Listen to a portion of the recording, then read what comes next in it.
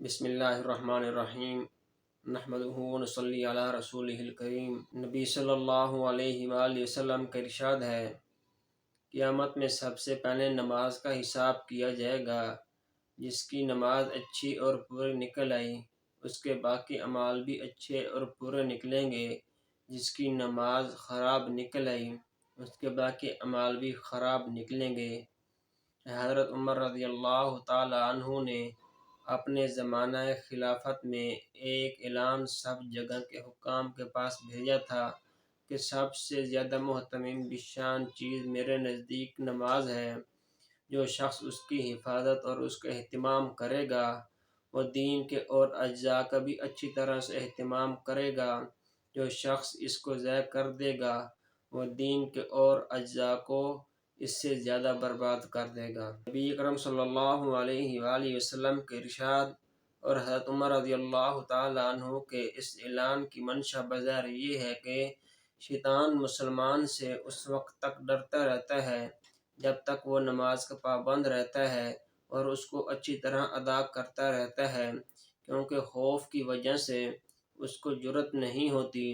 جب وہ نماز کو ضائع کر دیتا ہے، نماز میں سستی کرنے لگ جاتا ہے، تو شیطان کو اس کے گمراہ کرنے کی امنگ پیدا ہو جاتی ہے، پھر اس کو بڑے بڑے گناہوں میں، مہلکات میں مبتلا کر دیتا ہے۔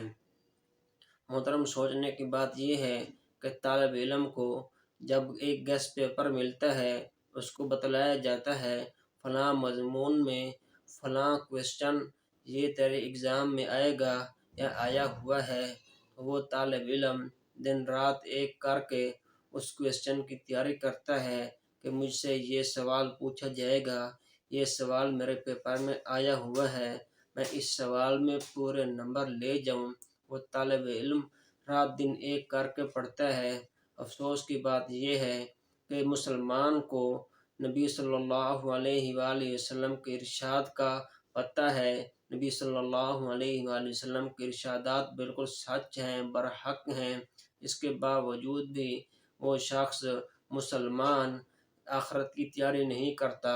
حالانکہ جو طالب علم کو گیس ملا ہے وہ غلط بھی ہو سکتا ہے جو اس کو سوال بتلائے گئے ہیں وہ نہ پوچھے گئے ہوں، لیکن جو نبی صلی اللہ علیہ وآلہ وسلم نے بتایا ہے آخرت میں یہ سوال کیے جائیں گے، وہ سوال ہر حال میں ہوں گے، کیونکہ نبی صلی اللہ علیہ وآلہ وسلم کے زبان سے نکلی بات کبھی جھوٹی نہیں ہو سکتی۔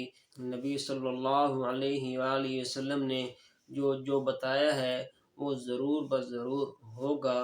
مسلمان کو چاہیے وہ دنیا کے ساتھ ساتھ آخرت کی بھی تیاری کرنے کی فکر کرے۔ لقمان حکیم نے اپنے بیٹے کو کیا کہا؟ بیٹے، تو دنیا کی اتنی تیاری کر جتنا تو نے دنیا میں رہنا ہے، اور آخرت کی تو اتنی تیاری کر جتنا تو نے آخرت میں رہنا ہے۔ آخرت کی تیاری اللہ تعالیٰ کے حکموں کو مان کر، نبی صلی اللہ علیہ وآلہ وسلم کے طریقوں پر چل کر ہوگی، نماز پڑھ کر ہوگی۔ آپ سے یہی گزارش ہے، آپ جہاں کہیں بھی ہوں نماز نہ چھوڑیں، سفر میں ہوں، حضر میں ہوں، بیمار ہیں، صحت یاب ہیں، پریشان حال ہیں، خوشحال ہیں، جو بھی حالات ہیں، نماز نہیں چھوڑنی۔ نماز میں ہی کامیابی ہے۔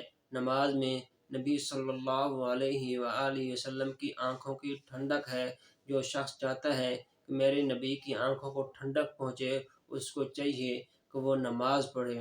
جن کی باقی ملاقات باقی۔ السلام علیکم۔